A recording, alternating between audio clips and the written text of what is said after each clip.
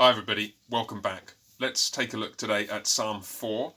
I want to begin today by asking you a question which we're going to come back to in a moment or two after we've worked our way up to the Psalm's answer to this question. What really matters to you? What really matters to you?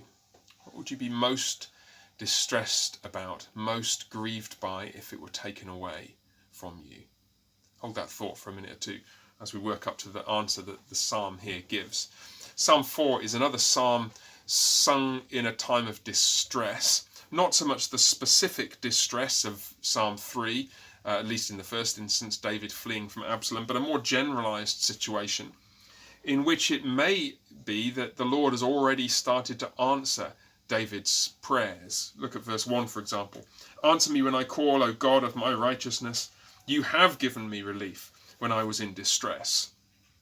Now, nobody really knows exactly what the circumstances were that David found himself in, but it seems that they were made worse by other people who were looking on and perhaps mocking or slandering David for his misfortune. And those people David addresses in verses 2 to 5. O men, he says. And then he turns to them, as it were, and how long shall my honour be turned into shame? How long will you love vain words and seek after lies? That's a hint about what kind of men he's addressing. The word translated lies is sometimes used to refer to idolatrous religious activity, idolatrous worship.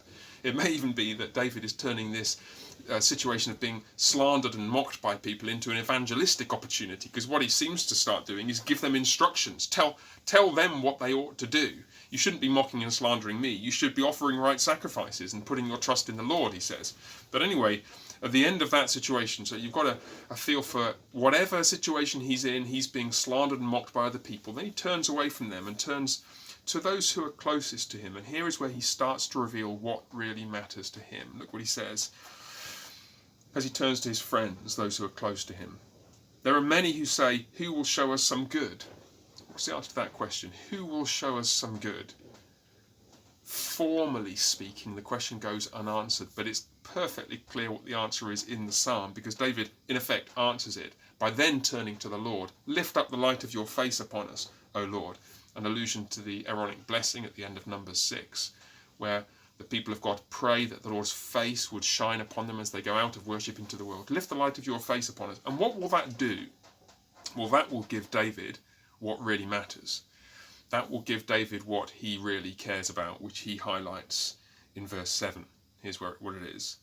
You have put more joy in my heart than they have, those outsiders, the slanderers, the mockers. You've put more joy in my heart, O Lord, than they have when their grain and new wine abound.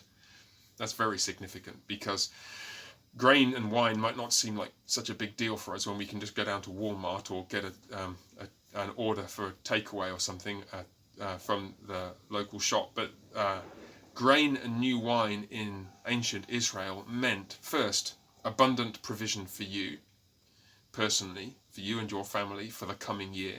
It also meant a huge investment opportunity, because if your grain and new wine abound, you have plenty to sell and therefore plenty to invest for the year ahead. And that meant you're loaded. That meant you're rich. That meant you're well off. You have everything you need. Relax, take it easy, and enjoy life. That's what grain and new wine abounding meant. And David says, Lord, you've put more joy in my heart than they have when their grain and new wine abound. That's what really matters to me. The joy that you've put in my heart by, verse 6, lifting up the light of your face upon me. So, verse 8, I will lie down and sleep in peace, because you make me dwell in safety. You start to see what really matters, at least to this righteous man. That's all for now. God bless you all, and see you next time. Bye for now.